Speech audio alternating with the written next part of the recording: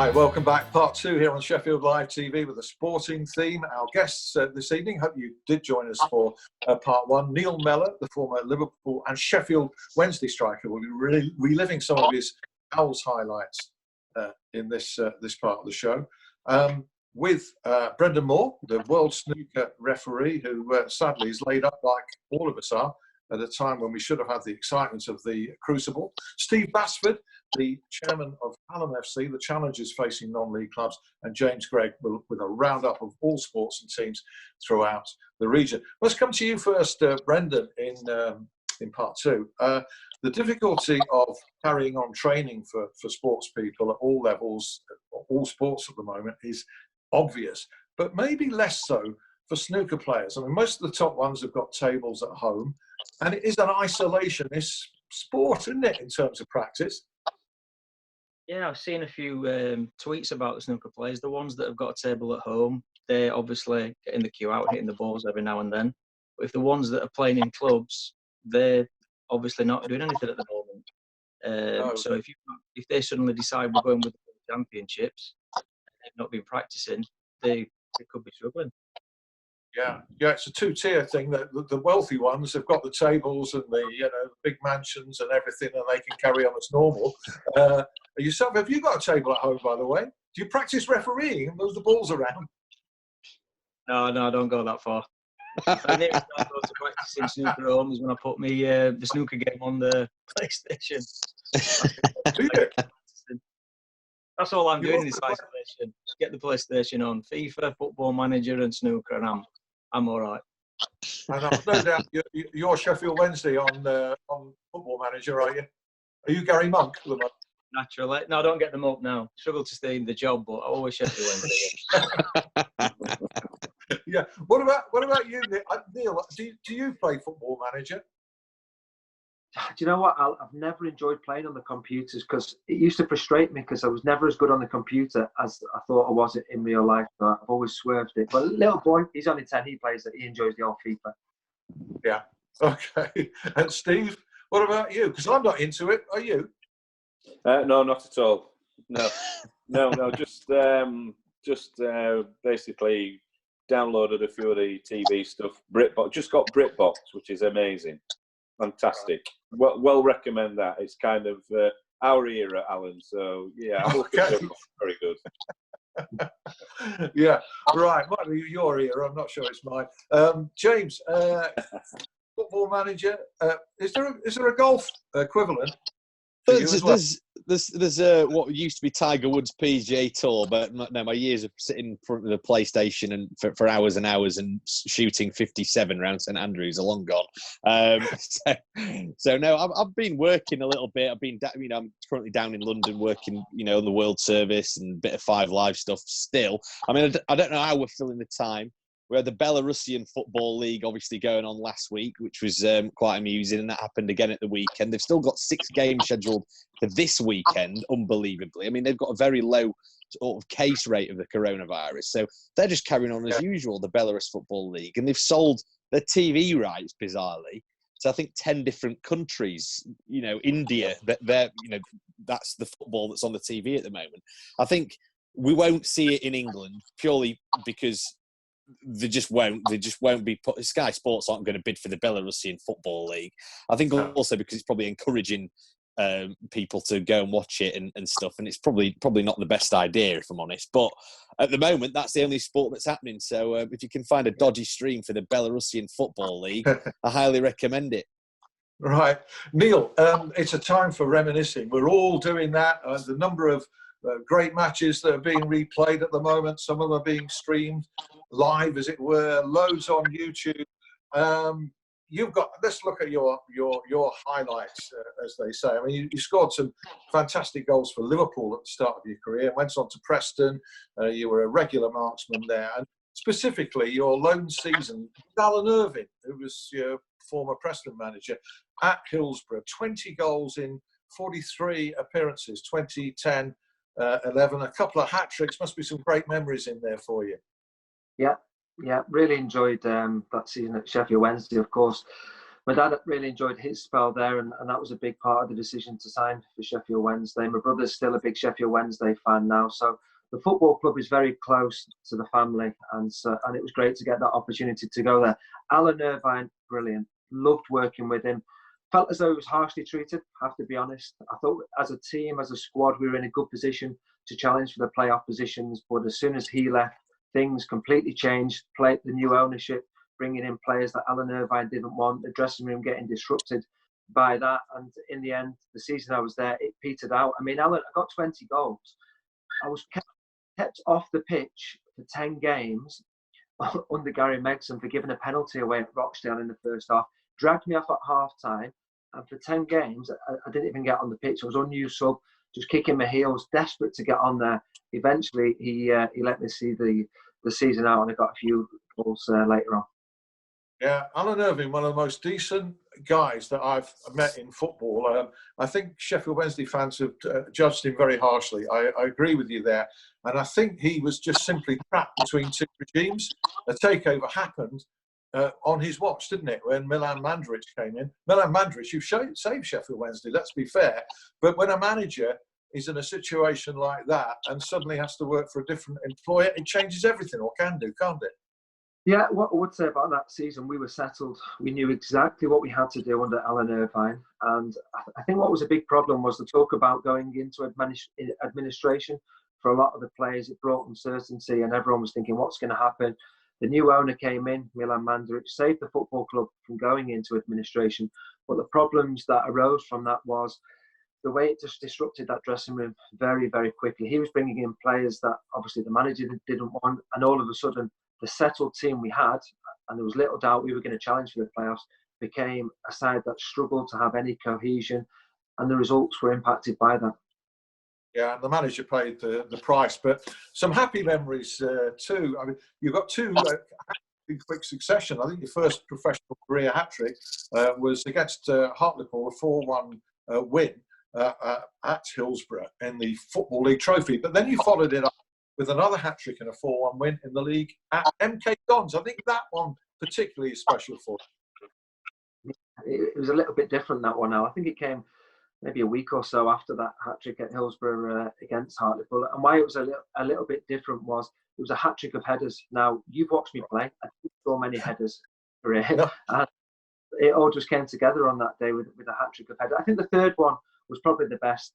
And it was the only time I ever scored direct from a corner with a header. I was always the second ball, little pieces, little rebounds inside the 6-yard box. So it was quite unusual to score. But I think it may have been a Tommy Spur corner from the right-hand side that powered my header home in front of a very, very good travelling away support, which obviously is no surprise for Sheffield Wednesday. Yeah, Tommy Spur, friend of the show, came over to join us a few weeks ago. A little bit later, I'll talk about Wednesday now. But it strikes me, you know, that in the 8 or 9 years since you left, I don't think any Sheffield Wednesday players got 20 goals in a season like you did. Don't think so. Surprised at that. Obviously, following season after I left, the football club got promoted, which was great to see. Gary Medine, I think he got about 19, so he was very nearly there on that 20 goal mark. I think it's something that centre forward you always strive to have a target, and that was my target to get 20 goals. Like I say, I would love to have scored more. Perhaps I would have done if I hadn't had that run out of the team at that time. But it's nice to look back and say that I had a successful loan spell, and it's nice, like you say, that I can look back in a positive way. Yeah, you mentioned earlier your father, Ian. My abiding memory of him, and I'll bring Brendan Moore in on this because though he's a snooker referee, he's a big Owls fan, so he'll remember Ian. My abiding memory of your dad, Neil, was scoring the first goal in the what's become known as the Boxing Day Massacre back in 79, 4-0 against Sheffield United, and he lofted it in way out, about 25 yards or something like that. Brendan, you'll remember that. I'm sure you're old enough. What would I have been then? 7 years old. I remember it. I wasn't there, but I remember it just from seeing it on clips on YouTube, stuff like that. But like I say, I wasn't there live at the time. No, well, I remember it. I was actually working there that day. I'm sure that Steve Basford remembers it as well. I'm not even sure of your persuasion, your leanings, Steve. The Sheffield Wednesday. Sheffield Wednesday. I remember Neil playing very well, and I'll tell you a little story about Alan Irving. I went to a dinner, got sat next to Alan after he'd been at the club for a short time, and he asked if they were playing a friendly. And I told him, yes, we've got a friendly booked in and the day. And he said, oh, the first team are going to Stocksbridge that night, same night. So he said, right, what we'll do, we'll bring half the team to you and half the team to Stocksbridge. And he went to both. He attended both games. That's the kind of guy he was. I thought he was excellent. I remember that. I was part of the Stocksbridge, so I never went to your play. Yeah, I thought, I would say you were at now. I know Marcus Tudgay, I think, got 4. I think we lost 9-0. Yeah, but honestly, Alan was absolutely brilliant. A really good guy. That's really good, actually, to spread themselves about, because ideally they'd probably like to have all of his first team in one place. So that's really impressive. James, yeah, but I mean, as we've seen, since then, I've said to Alan before, Chris down at Sheffield United is absolutely brilliant in our club. He's a neighbour anyway, but some of the players that we've had up at the club have been, it's a real draw. We get a good crowd in that pre-season game that can see that our club through till Christmas. That's how important these games are. But for Alan to change things around literally a few days before the game, I thought was great. Yeah. Tell us what you think, Steve, should happen to the non-league season now. I mean, at National League level, they've just said to suspend it indefinitely. The FA kind of intimated that they wanted everything below the National League to end now, the season null and void. What's your preference? Well, obviously it depends where you are. If you're at top of the league and the promotions there, obviously you'd like it to finish. Unfortunately, like I say, and as you well know, Alan, from experience, a hell of a lot of clubs at our level share with cricket. So we would hand over to cricket very shortly. They're already preparing the square and stuff. Obviously, they're hoping they can play. So I don't see that we could finish. We've got 15 games left to play, Alan. It's not possible as far as I'm concerned. You're talking, when we've had the rain before, we've had 3 games in a week. Saturday, Tuesday, Thursday, Saturday, Tuesday. The lads just can't get there. No. But I think the rest of us, and that's understandable for you, I think the rest of us, and shout up if anybody, if I'm wrong, we all want to see the Premier League, Championship, Leagues 1 and 2 season resume and finish when football's possible again. Anybody disagree with that? I agree, definitely, yeah. Yeah, you agree. Neil, do you agree with that? No, I hope so. I think there's been a lot of effort, hasn't there, put in by all the football clubs, and you're looking at 9 games to go. There's so much left to play for, so it could be quite a defining period for so many clubs, and financially as well, potentially next season. You are a former Liverpool player. Some might say you would say that, but Sheffield United are just about represented on this show. I'm going to get in deep trouble for that. I have to try and make amends to the Blades fans next week. But just before we go to James for the roundup, I was seeing earlier some really bleak financial figures. But, they would have been worrying even without the health crisis that's going to make so many things in life change. Figures that Kieran Maguire, who's been on this show, does the website Price of Football, put out. The average weekly wage in the Championship in 2019 across the Championship was £16,500 a week. Sheffield United's was just 8,800. Shows you what a great job Chris Wilder's done. Sheffield Wednesday was nearly 20,000. But I don't want to get into tribal rivalries on this because it's a concern right across the board. Clubs, on average, are spending 120% of their income on wages. Neil, it can't happen. It can't go on. What's your take on this? What's your feeling? Yeah, I think like everybody else, I think everybody else is making sacrifices at this time, and I think the players, the clubs, I think the authorities, everybody needs to come together to get something resolved. But you have to remember, it's not just the players, and I know the PFA have had a lot of criticism. You've got to remember that the FA is their game. They're the governing body. You've got the Premier League, you've got the EFL, you've got the owners as well, and it's accumulation where everybody has to come together to try and help out and try and help football clubs survive. But one of my good friends in League One, League Two, they're worried that their football club might not survive. And I think about the community. We've seen Bury go down this season before the coronavirus. I love the English League and the structure we have. I would not want to see any football club go out of business because of that. So if the big boys can help in any way, whether it's player cuts, whether it's fees from the Premier League, I think that would be really beneficial and helpful. Yeah, here to that. And we're going to come to you for your thoughts on the Owls at the moment. And Gary Monk, who I'm sure you know, and I know that you've covered Sheffield Wednesday in the current season. It's very hard to still talk about it as the current season. We've been without football for so long. But first, let's go back to James. And I mean, you've been hearing from quite a few sporting club organisers over the past couple of days. I have. Yeah, we sort of kind of reached out on Twitter, didn't we, just to local sports clubs. You know, a lot of the clubs that we cover on this sort of spot, on this roundup, you're right, it does feel a bit weird sort of talking about, you know, the current season and whatnot. And, you know, for most, the seasons have finished in most sports, actually.